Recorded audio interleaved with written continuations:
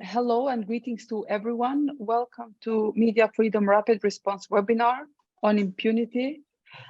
This seminar is organized by a joint project which is run by ECPMF, IPI, Article 19, OBCT, EFJ. This is a joint project which provides documentation, financial support, and other types of support to journalists and media outlets. The topic of today's webinar is impunity. The Council of Europe platform for the protection of journalism and safety of journalists currently states that there are 26 ongoing cases of impunity for the murder of journalists in Europe. We know that to bring an end to these crimes, those who commit them cannot walk free. Indifference towards the seriousness of these crimes helps cultivate a culture of impunity in Europe and stands in the way of justice. Now, the question is, what would full justice look like in cases of attacked and assassinated journalists? I'm joined today to discuss this very important topic by George Gavalas, Vice President of the Executive Board of Journalists Union of Athens daily newspapers, Corinne Vella, sister of Daphne Caruana Galizia and head of media relations at the Daphne Caruana Galizia Foundation, and Lukáš Diko, Chairman and Editor-in-Chief of Jan Kuciak Investigative Center. All our speakers had a very close tie with Daphne, Jan, and Martina and Georges, respectively, who paid the ultimate price because of their journalistic work. Through this conversation, we hope to understand what true justice looks like, how it can be achieved, and what needs to be done to halt the culture of impunity for crimes against journalists in Europe. George, Corinne, and Lukáš, thank you for joining us. Before I give the floor, let me clarify the format of this webinar. We have 60 minutes in total. All the three speakers will be invited to provide a detailed update on respective cases of journalists for up to 10 minutes. And afterwards, I'll take questions from the audience and we'll close the webinar with key messages from our panelists. We will be live tweeting through our MFR Twitter account, so check out the Twitter for more information. Now, I'll start this discussion with a question for all our speakers, starting first with George, who will have to leave after his first intervention, and then continuing with Corinne and Lukáš. So the question is, could you please provide an update with regard to investigative and judicial developments around the cases of Daphne, Jan and Martina, and Georges, respectively? We'd like to hear from you the progress of investigations, whether anyone is behind bars or got convicted, and what is expected to happen in the coming years. George, the floor is yours. Okay, thank you very much. Thank you, all of you, for inviting me on this very nice and very important meeting and seminar. The case that I will talk about, it's about our colleague George Karaivas, who was murdered 1 year ago. It was the 9th of April of 2021, only a few meters from the entrance of his house in Alimos, where journalist George Karaivas was murdered in cold blood. According to the evidence so far, the two murderers were riding on a two-wheeler, most likely a type of scooter. While the journalists were arriving at the apartment building where he lived at 29 Themoaninu Street, the murderers approached him and one of them shot him several times with a pistol, resulting in fatal injuries. The perpetrators disappeared right after, towards an unknown direction. As stated by the police, the journalist had not reported receiving any threats and had never made a request for police protection. The investigation of the murder of George Karaivas is a matter of uttermost importance for our union, and for this reason, we have addressed many times, both orally as well as in writing, the authorities of the Ministry of Citizen Protection, asking for the intensification of the investigations so there are immediate and tangible results. The day of the murder, Anthony Belazer, Secretary General of the International Federation of Journalists, said, "We are shocked by the news from Greece. A journalist was the victim of a target attack and was murdered in broad daylight. Our thoughts turn to his family, friends, and colleagues. We will fight together with the member association of the Federation and all Greek journalists for justice to be done. Mohens Bilher Zeregard, president of the European Federation of Journalists at that time, also stated on the same day, "We were devastated by today's bad news. We express our deepest sympathy to his relatives. We will follow the investigation closely and will not tolerate impunity." Statements about the murder of George Karaivas were made by all political parties, as well as the president of the European Commission, Ursula von der Leyen, who said that the murder of a journalist in a Europe country is an abhorrent and cowardly act, and expressed the hope that the perpetrators will soon be found. In their reports, Reporters Without Borders state that Karaivas was murdered following his reports on a group of criminals and police officers allegedly extorting the nightclub's owners for money in exchange for protection.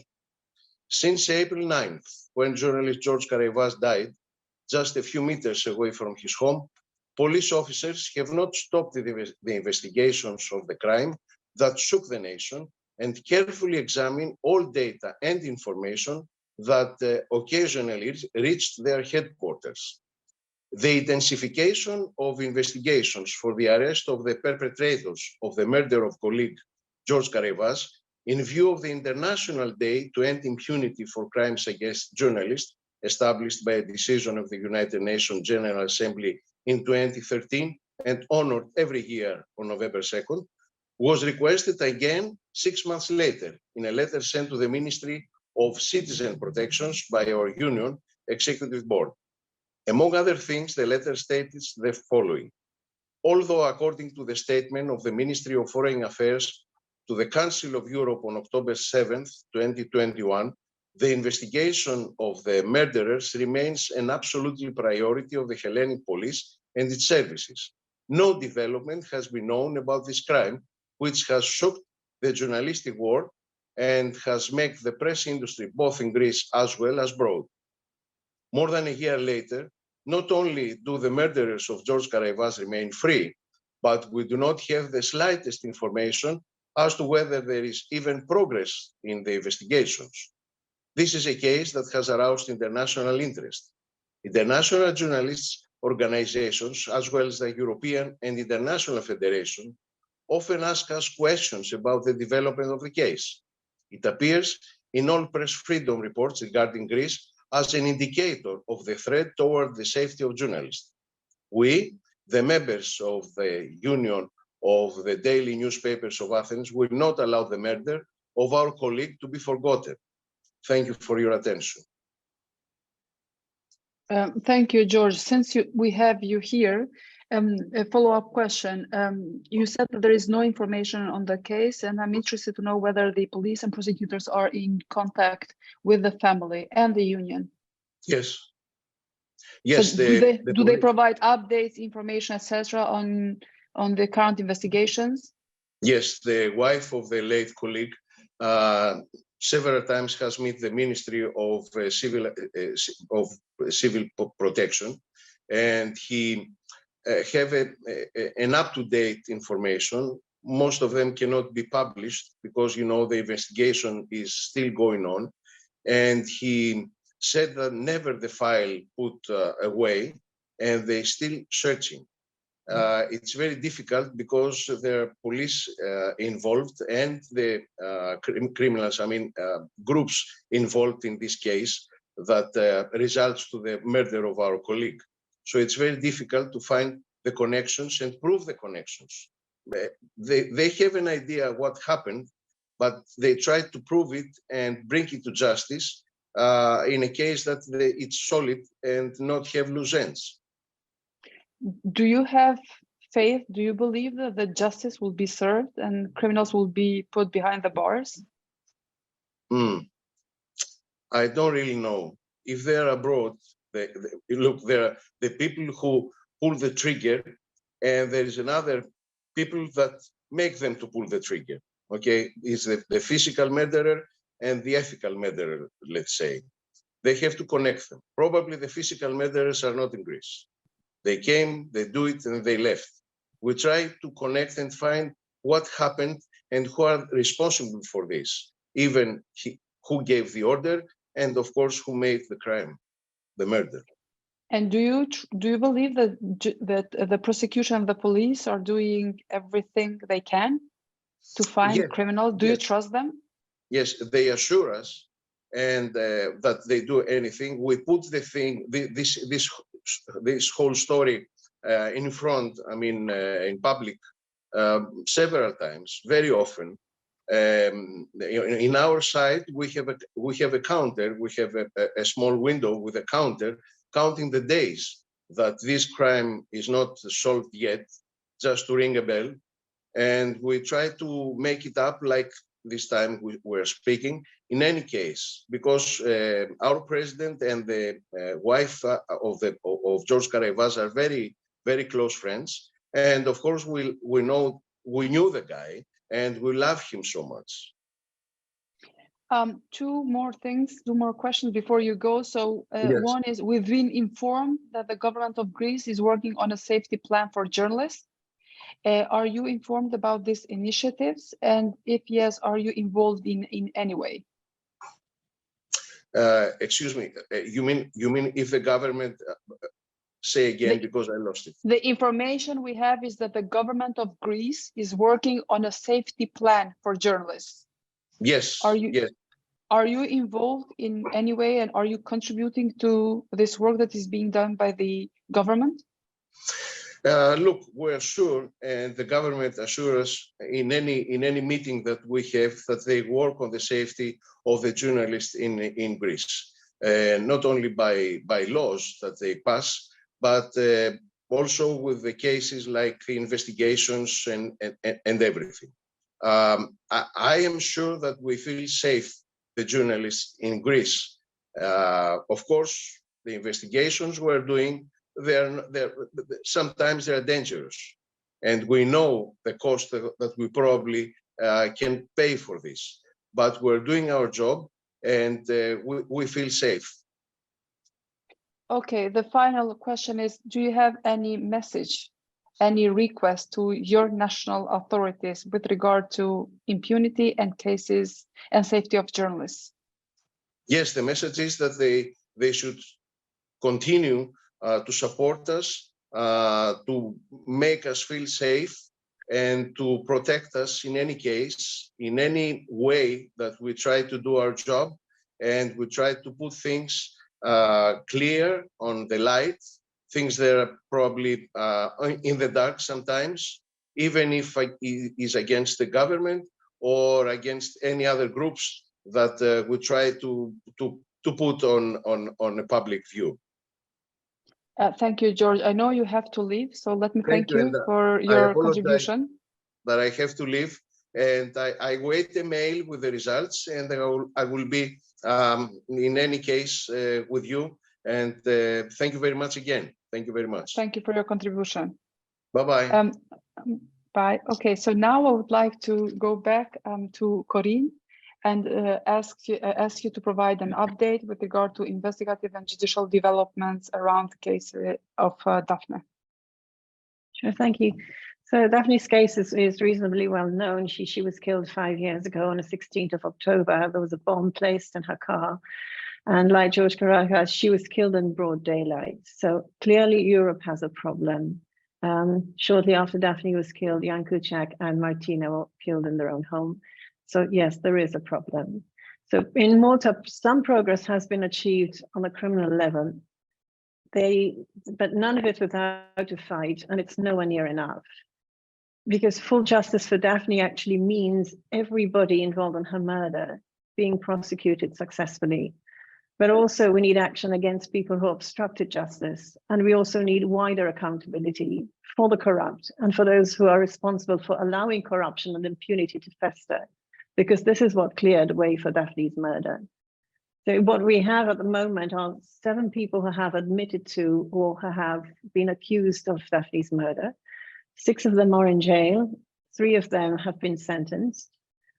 2 are awaiting trial for supplying the weapon, and the 3rd person has been indicted on accusations of commissioning and financing Daphne's murder. He's the alleged mastermind. They are all behind bars, but we are still waiting for trial in 3 of the cases. The hitman, one turned state witness and has a reduced sentence. He's been sentenced to 15 years in jail, so he will be out in a few years' time. 2 of the other hitmen finally decided to plead guilty just as their trial was about to begin, and that was 2 days ahead of Daphne's anniversary. They were sentenced to 40 years apiece. They were also sentenced to, they were also ordered to pay all the court expenses, so some 40,000 euros each. If they don't pay that amount, that will be converted into a jail sentence. And they were also ordered to forfeit the proceedings of their crime. So the sum they were paid for committing the murder has to be surrendered. It will be seized by the state. In a really macabre twist, they recently decided to appeal against their own sentence. These are men who have openly admitted in court in front of several witnesses that they were guilty of their crime. They were offered more than one opportunity to reconsider the decision. They were warned of the consequences of pleading guilty. They pled guilty, and now they've changed their minds. They're saying their rights have been violated. That case will be heard by the Supreme Court. We don't have a date for the hearing yet, but it means that after all these years, we're again in a situation where people are questioning the responsibility for their crime. So we are nowhere near full justice for Daphne. We are not even anywhere near full justice for criminal responsibility, let alone wider justice. The alleged mastermind has applied for bail several times. He has been refused. He took his claim to the Supreme Court. He lost that case. He filed an appeal. He lost that as well. The Supreme Court has ruled that he is a flight risk, that he has, assets that could help him, abscond. There's a fear of tampering with evidence. And the court also remarked that it seems his family would be willing to help him. So he's considered a flight risk, and so he has remained in jail. But the trial has not, a date has not been set for that trial yet. We don't know exactly when it will happen. It's not likely to be this year. It's possibly going to be sometime late next year. In the case of the people who supplied the bomb, they have been indicted, but they're even further from an actual trial date because there is a proceeding, there are procedures that have to be followed before a trial actually happens, and those proceedings haven't started fully yet. A 7th man has admitted to his involvement in the murder, but he is a state witness. So as soon as he was arrested, he confessed apparently, and he has been granted immunity from prosecution on condition that he testifies in the criminal proceedings. And he has already testified several times. So this is where we're at. People are behind bars, but we're nowhere near full justice. We're a long way yet. Thank you, Cora. I have a follow-up question. Could you please share with us the relationship, the collaboration between the family and the police and the prosecution? We've heard that there are problems with, and everybody knows that there are problems with rule of law and independence of authorities in Malta, but we're interested to know about the collaboration you had with these institutions throughout these 5 years. Well, it's very challenging because when a journalist is killed because of corruption, there are institutional problems. So from the beginning, we knew we would have to have a battle on our hands to ensure there are proper investigations. Over the years, we have come to know the principal homicide investigators. They are people working under extreme pressure with difficult conditions. And they are really committed to seeing justice done and to seeing that the investigation's through to the end. This is the impression I have. With the prosecution, I have the same impression that there is someone who, at enormous risk to himself, is seeking to build a case against people accused of murder. So what we're looking at is a small handful of people who are very dedicated in their work. That is not to say that there aren't institutional problems. There are very deep institutional problems. This is why I highlight the efforts of some individuals, because a lot of what has been achieved because of individual commitment, good people working in a difficult system, or difficult meaning also bad system. But because of those individuals, the problems of those systems have to some extent been overcome, and people have been arrested, and there are prosecutions on the way. But the system remains fragile, the institutional problems remain. And what we're looking at is a highly risky situation for everybody who is fighting for justice. There are people with lots of resources, lots of time on hands, and a serious interest in seeing those prosecutions halted. Now, we know that we live in a country where somebody can be killed because of what they write. Imagine what can happen to people who stand between a life sentence and the possibility of liberation. Thank you, Cora. You started by saying that ending impunity for you means not only bringing before justice the mastermind and the hitman, but also seeking justice for Daphne's stories. Yes. We're interested to know whether there is any development, any progress in terms of authorities investigating her stories, her subjects, the information she disclosed to the public for which she was killed. Well, we know that there are magisterial inquiries on the way. We know that in one particular case, there is a single prosecution involving a bank that was being used as a laundromat. We know that there are inquiries going on, but we have yet to see any kind of movement against people who are involved in high-level corruption. So the former prime minister's home has been raided.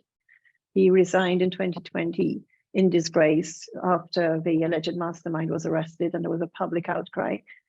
So he left office. His closest associates left office as well, but we have yet to see any prosecutions against them. And we know that Daphne was murdered in a context of complete impunity for corruption. So we're talking here about people responsible for that corruption, not yet being prosecuted. Thank you, Cora. I would like now to invite Lukáš to provide an update with regard to investigative and judicial developments around the case of Jan and Martina. It's the same question we had for Cora and Georges. Would like to know about the progress of investigations, whether anyone is behind bars or got convicted, and what is expected to happen in the coming years. First of all, thank you for having me in this webinar. And as we all know, in February next year, it will be 5 years since the murder of Jan and his fiancée Martina, who were killed deliberately in their own house by a murderer. And because of Jan's work, that's the most important thing, that the murder is definitely connected to Jan's investigative work. As of now, the 3 people were finally sentenced for murder for more than 20 years, his driver for more than 20 years, and the middleman, who is a cooperating witness in the case, got 15 years some years ago. So these 3 people are behind the bars for the murder, but the alleged mastermind and his co-conspirator is still on trial, because they were acquitted last year or 2 years ago by the first instance court if it goes to connection with Jan's murder. But the Supreme Court overturned this acquittal, and now there is new trial, but it's quite complicated because it was merged with another case where they are charged with ordering the murders of 3 prosecutors. So this trial is still ongoing. It's quite complicated because it's merged, and I don't see the decision coming this year, maybe next year, and we will see what the decision will be, even though there are some definite in the ruling of the Supreme Court, there are some things that the first instance court has to do to proceed evidence in Jan's murder that was not proceeded in the very important evidence in the first trial. So we will see what the result will be, if it will be decision of acquittal or jail for the mastermind and his co-conspirator. But we don't know yet, because there were just not many court hearings in the case this year. So this is the state of the recent state of the situation. And then there are numerous cases that are connected to this one, because during this era of Robert Fico's government, there was alleged mafia-style group of policemen in the highest level of the police, and some of them provided information on the journalists from the police databases. Some of them were already sentenced to short jail or conditional jail terms, because they admitted that they did the crime, but nobody was able, or prosecution was not able, to connect that to the murder. So they were sentenced just because of they looked for the information on journalists and opposition politicians at the time in the police databases. So this is another group of cases. Some people are still on trial for this. Some of them admitted the crime and are already sentenced. And then there is a really huge bunch of cases connected to Robert Fico's government and his close associates at the time in the government or in the police or businessmen. And these are really big corruption cases that were not investigated at the time. And Jan was one of the few journalists who exposed these crimes before. But it started to be investigated just after the elections in the 2020, when Robert Fico's party's mayor was not anymore in the government. So the new government allowed the justice and police to investigate all these cases. I can talk a lot about these cases, but I'm not sure if this is needed now. Thank you, Lukáš. This is very helpful. I apologize for the noise. Just a follow-up question on the retrial to understand. So has the retrial started already? Yes, it has started this year, but it's not only the trial of the mastermind because of the Jan's and Martina's murder, but it was merged with another case because they are charged with the ordering of the murders of 3 prosecutors at the same time in similar cases as Jan's murder is connected. Okay, thank you. I understand. I also wanted to ask you about the public sentiment currently in Slovakia. We've seen the reactions after Jan and Martina were assassinated with the protest, which led to the government collapse. We would like to know what is the public sentiment now, not only towards this case, but also towards safety of journalists, holding the government and authorities accountable, interest for some sort of commemoration, etc. in February. So any information would be very helpful. This is much more complex question because, as you said, after the murder of Jan and Martina, there was really huge public movement for proper investigation and for the dismissal of Minister of Interior and of the Prime Minister. And that was this movement that helped to investigate the murder properly.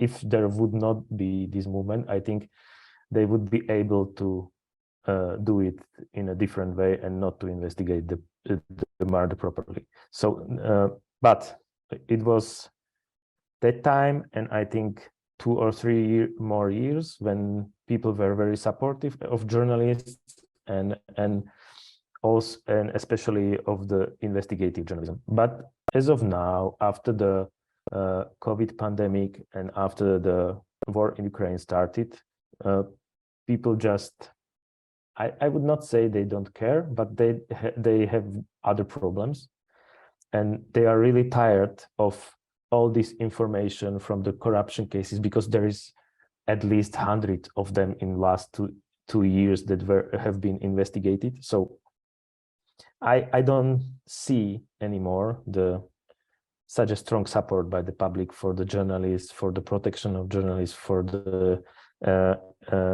investigative journalism as a whole, and it's because the environment. Jan's murder preceded the environment created by Robert Fico and his government, with these verbal attacks against journalists, with threats at the time just verbal, and with threats on the social media. And this is what is going on here now, and in the last years, even after the elections, and not only by Robert Fico and his government, his party, but also we have chairman of the largest government party, Igor Matovic, who also is verbally attacking journalists through Facebook, on his press conferences, and so on. So there is again this sort of environment that I think creates the hostile atmosphere against the journalists, and we can see it whenever we publish anything about current government, us or other media. Then there you can see a number of, and it's not trolls, these are real people who attack journalists, what are they doing, and so on. So this atmosphere has changed a lot, and we feel, I think, under pressure because of these threats, and we know that we have to do something, because 2 or 3 governments promised to do something with protection of journalists, but none of the proposed law changes were ever adopted by the parliament. So this year we decided that we will try, with cooperation with state actors, that we will try to do something on our own, and we will try to create a project for at least sort of protection of journalists, based on the example from the Netherlands persveilig. So I'll come back to that. I'll come back to that topic. Okay, because I think that's just it's important. to have it complex. Yeah. Before that, I just wanted to open the floor for participants to ask questions. They can either write them on the chat or use video, audio to ask questions. So is there anyone who would like to make a comment or ask questions?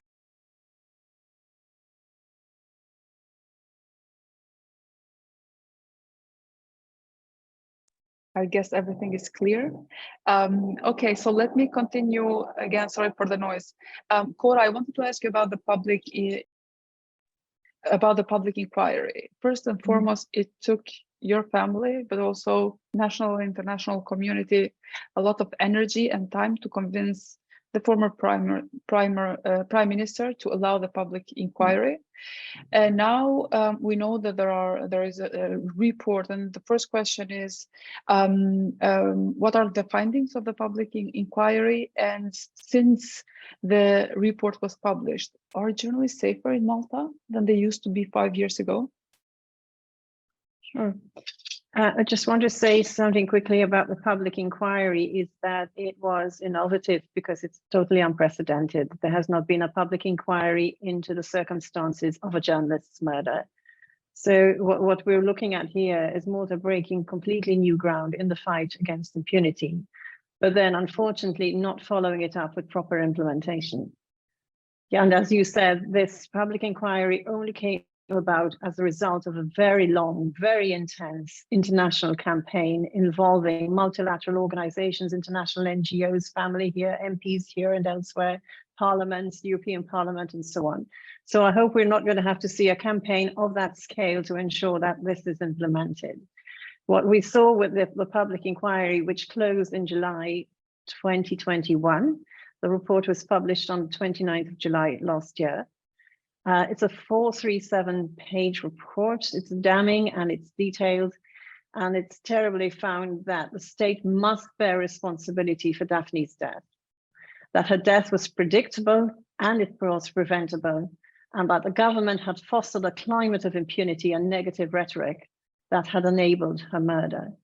The exact words in the report were these: the state must bear responsibility for the assassination because it created an atmosphere of impunity generated from the highest levels in the heart of the administration, within the office of the Prime Minister, that like an octopus spread to other entities, such as regulatory institutions and the police, leading to the collapse of the rule of law. And therefore, the state and the entities that make it up did not recognize, as they should have, the real and immediate risks, including from the criminal intent of third parties, to Daphne Caruana Galizia's life. And it failed to take measures within the scope of its powers, which it was reasonably expected to take to avoid that risk. This was, in sum, the finding of the public inquiry. There's a lot more that goes into a lot of detail, including how a campaign against Daphne was, orchestrated across online and offline, but largely using social media, and that it was orchestrated from within the Prime Minister's office. So I imagine, Lukáš, that you're hearing things here that are familiar to you from Slovakia. And this is why hostility towards the journalists is so dangerous. It's not simply unfair to the journalists. It is harmful to the state that we all live in. It affects our access to information. It destroys an environment within which journalists can work freely and within which critical voices are eventually silenced. It means information is hidden. And then as a result of that, who gains? Certainly not us. Certainly not the journalists. It's the criminals who gain the upper hand. Criminals and the corrupt in government and the corrupt in institutions, which is why when you see hostility towards journalists, it is so frightening that people are willing to join that fight on the wrong side, not realizing perhaps that what they're doing is destroying themselves in the process. One of the objectives of the public inquiry was for the Maltese state to learn lessons about where it had failed and to learn how to prevent future deaths. But in spite of the findings of a report by a state-appointed public inquiry, our own government has yet to accept unequivocally the horrors that preceded Daphne's death, and to make amends for that, and to ensure that that never happens again. After 16 months, we have yet to see any kind of realistic implementation, any kind of effective implementation. Of the 28 key recommendations, only one has been implemented, and that one recommendation was to set up a committee of experts. And that only happened 6 months after the public inquiry report was published. 16 months down the line, we have yet to see Malta adopt the recommendations holistically and to implement them fully, swiftly, and in line with international standards. The opinion I'm expressing here is not just my opinion. Only a few days ago, the UN celebrated the 10th anniversary of the UN Plan of Action on Safety of Journalists and Ending the Culture of Impunity. And one of the key elements of that plan is that there should be a holistic approach to the protection of journalists, a holistic approach to foresee developing dangers and take remedial action before any attacks occur. So what we're seeing coming out of the public inquiry in Malta is simply an endorsement of what that plan said 10 years ago. You see, Malta is a member of UNESCO. Malta is a member of these international, is a party to these international organizations. But it takes time for those high ideals to filter down to a grassroots level where there is popular support for the changes that have to be effected. So what we have seen in this public inquiry report is a host of recommendations that concern not criminal responsibility for Daphne's murder, but responsibility for the circumstances that made that murder possible. And one of the biggest problems is a culture of impunity for the stories that journalists produce. If they are the only ones pointing out what is wrong, they are the last ones standing between the rule of law and its collapse, then they're going to be the first ones taken out. And if you're aware of that danger, then who is going to do that job when someone is killed? Who is going to take out that job? Fortunately, after Daphne was killed, Some journalists did step up. People did take up her story. But it is difficult to do this in an atmosphere where, you know, someone has already been killed. So for a while, there was momentum. There was the public inquiry. There were hearings. There was anticipation that change would come. But so much time has passed. We're seeing that there isn't a real political commitment to the drastic change we actually need to see. And we see that failure in the failure to prosecute people who are corrupt. If people think they can get away with corruption, they will continue to do it. And if corruption takes root, then we still have a culture of impunity. And if we have that culture of impunity, we're simply replicating the conditions that led to Daphne's murder.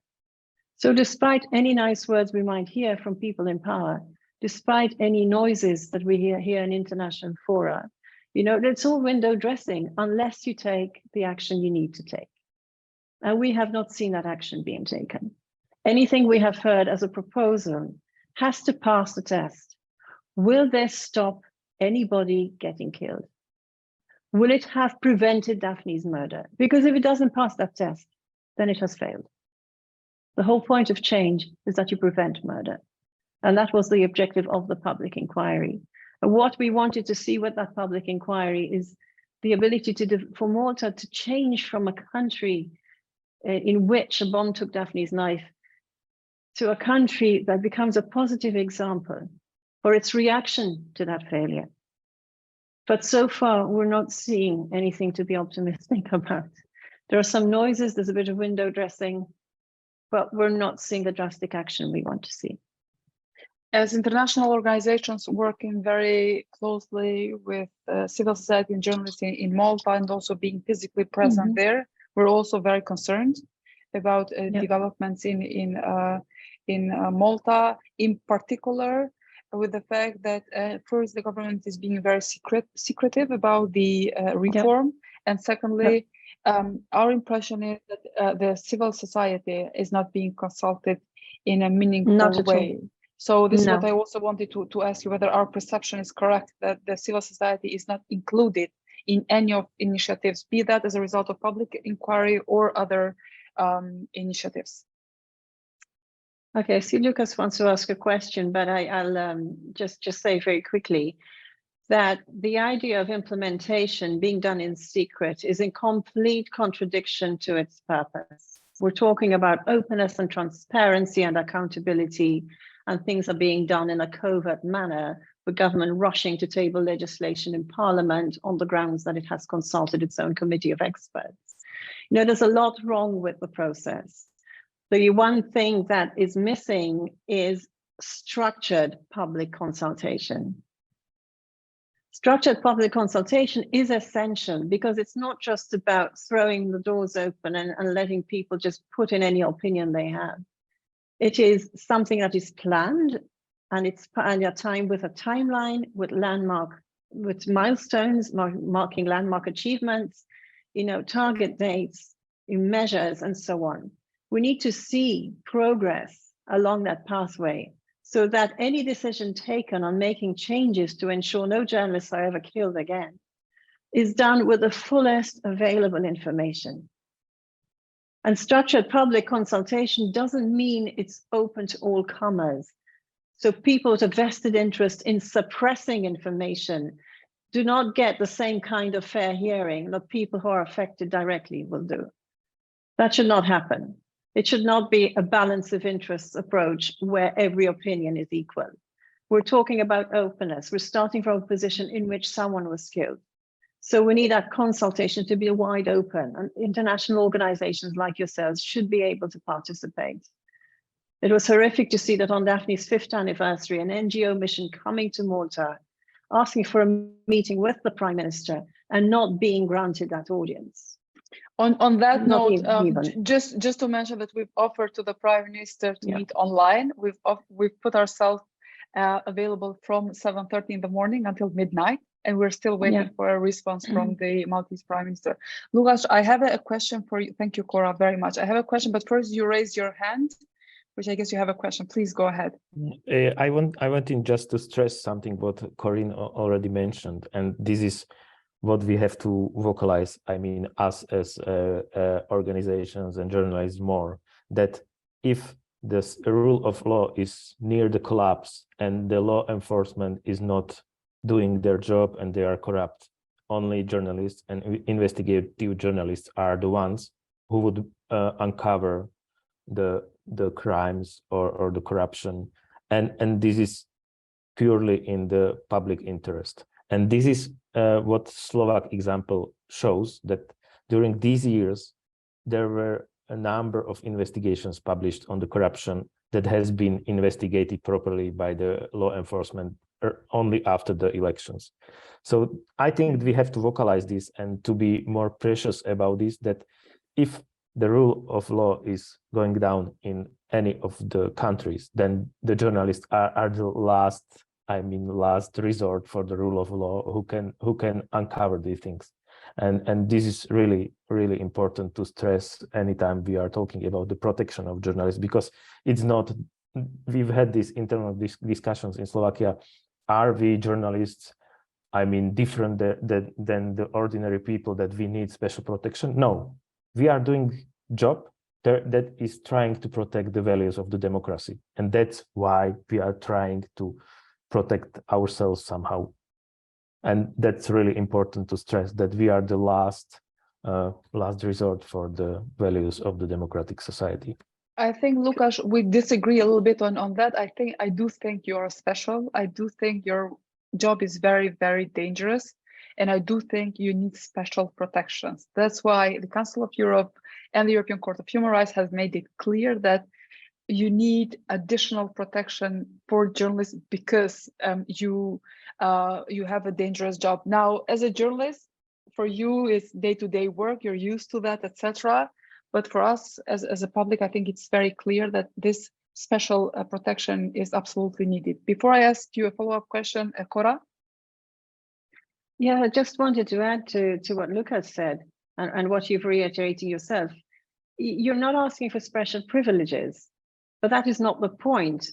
Protecting journalists is not about creating a privileged group. Surgeons wear protective equipment when they work. We don't all wear that equipment. We don't all wear that protective gear. That doesn't make them a privileged group. It makes them people doing a particular job that needs particular protection.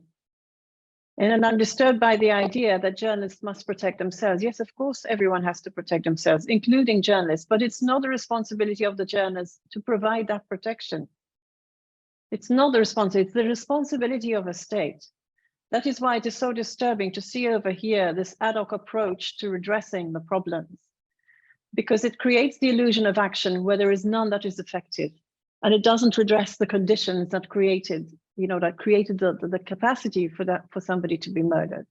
And so to see that what has happened in Slovakia, that there's a huge wave of public support and then it's suddenly diminished. It's when the lights go out that the bad stuff happens. So no, I don't think it's asking for too much to have attention on the need to protect journalists. You are simply doing your job and that protection should be in place. And it's not your responsibility to provide it. The state owes it to you, just as it owes it to all of us. Thank you, Cora. Lukáš, you mentioned that there are investigations from authorities, police and prosecution about stories revealing corruption. We also hear that there are developments in terms of the Slovak government starting a media freedom reform by introducing various draft laws. Could you share more information with us? Are you involved? Do you believe this is something that will result in some progress? Any information on this would be very welcome. And it's relevant not only for Slovakia, but it's relevant because now there is this kind of push positive pressure on states to deliver on safety of journalists, be that action plans, working groups, etc. So I'm looking hopefully for a positive example so that we can replicate it in other countries. When it goes to new media legislation, it was adopted after, long discussions in the government, with only one change that was really, I think, against the media, that politicians will have some right to answer some special thing, but in terms of a package of the legislation, it's definitely the step forward in terms of media environment in Slovakia. But in terms of protection of journalists, there is nothing in this. There was proposed a constitutional law on protection of journalists that is prepared, and we were part of the discussions as a journalist and civil society. But as the government is just, I don't know, it's sort of, they don't have majority anymore, and I don't know even if they have enough votes for day-to-day jobs. So there could be early elections. So the constitutional law will not be adopted at all. I don't think so, because there is no political will to adopt it anymore, even though it's completely prepared and it should have been in the parliament as of now. In some countries, you have special units within police, prosecution, trainings of judges, lawyers, etc., on how to deal with cases of journalists, be that criminal cases or even civil defamation, etc. Is any of this happening in Slovakia? This is what started this year with the initiative of Ministry of Culture, when they realized that they will not be able to to press parliament to adopt this constitutional law. They started, on lower level with this systematic approach of first it started with workshops with the colleagues from police and journalistic organizations from the Netherlands, and they started to communicate with the police and law enforcement on the how to deal with the threats and prosecution of cases of threats and attacks against the journalists. So we are somewhere in the middle. We are trying to coordinate that on the side of journalistic organizations and media, and hopefully there will be some outcome that will help to protect journalists more. We also discussed that with the president of the police force in Slovakia, and he supports this. The problem is that police is just one half, and then there is the second half, and that's the prosecutor's office, and we have some problems with the relationship of general prosecutor general and the media, and he's not really, some of his steps were not in favor of media and freedom of the expression. So this will be hard, but I think we can at least organize some group of police people who will be at least trained in how to deal with journalists, with the cases involving journalists, because they are treating the threats more seriously since the murder of Jan. But in terms of prosecution, majority of these cases ends up not in the court, but as a smaller crime, and that's the problem. Because if there is, the problem from the prevention side, and this decision of the law enforcement that it's not the big crime but small crime is, it doesn't say to people that they should not threaten or attack journalists. And this is where it starts. We need to prosecute some people for online threats. We need to give them to send a message. To send a message. And I think majority of those who are attacking and threatening people on the social media will stop it. Once they see that they could be prosecuted, they will just stop writing these things and emails and harass people. Because as we know, especially women journalists in Slovakia are under really large number of attacks on social media and even via emails. So thank you for raising this. I think what we're seeing in many countries is double standards being used by authorities, meaning if someone threats online a prime minister or a high-level politician, that person is identified and jailed within 24 hours. And if the same happens to journalists, we don't see that reaction. So it has become a problem in a lot of countries. Lukáš, before I give the floor to you and Cora for a final message, if you have information on commemoration of 5th anniversary of Jan and Martina, could you share with us whether there are any plans, what will happen on those days? Usually myself and Matthew Caruana Galizia, we come there every year. So we plan to be there this year as well. I haven't consulted Matthew, but I know he will join me. So we would like to know more if you have more information about what is planned.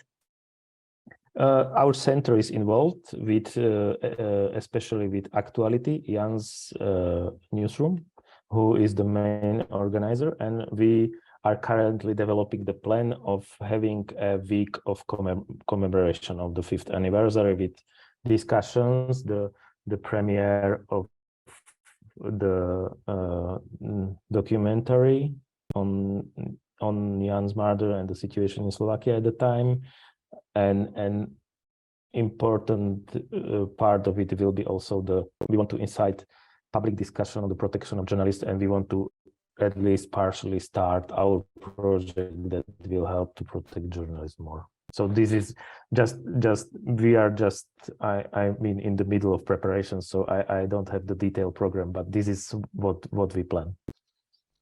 Excellent, thank you. I think we'll be in touch separately about this and see how we can help. Okay, let me ask Cora and then you, Lukáš, to address with the final message on impunity and the importance of ending impunity. Yeah, my message is really the one I began with, is that we need to see full justice. And full justice means not just criminal responsibility for Daphne's murder, but also justice for her story. And we want to see everybody involved prosecuted accordingly. We want to see full justice for Daphne. That means for her murder and for her story. So criminal responsibility for her murder, criminal responsibility for interfering with justice, and also we want to see prosecutions for corruption. I mean, what we have seen here today, and even within the case of George in Greece, the journalists are killed mostly because they expose corruption. So the biggest risk for an investigative journalist is corruption, culture of impunity, and rule of law failure in the state they work in. Any legal reforms to protect journalists and media freedom has to be paired with effective action against those risks. Otherwise, it's just noise, and we will never even leave square zero. Thank you very much, Cora. Lukáš? I totally agree with everything what Cora has just said, and I think that it's important to stress that it's not only the most horrible attacks, I mean murders against the journalists, but it starts with the words, and we have to also think and work with the incitement of the hatred against the journalists, and also to take politicians responsible for their words and not spreading the hatred against the journalists or other groups of the people in general, because this is the start of it that creates the environment of impunity, I think, and if we want to learn from these tragic lessons of our countries, then we have to start and work hardly, because otherwise we would just waste the lives of Jan, Daphne, or other colleagues from other countries. Yes, that's very true. Thank you very much. Thank you, Lukáš and Corinne and George, for being present in the beginning. This was a very good event, personally for me. I learned a lot of new information. I think it was a good opportunity to refresh our memory and knowledge with these important cases, and also to help us, I think, especially international community, to organize ourselves in the work that needs to be done at national level, be that in Malta, in Slovakia, and other countries, in Greece. Thank you so much, and all the best.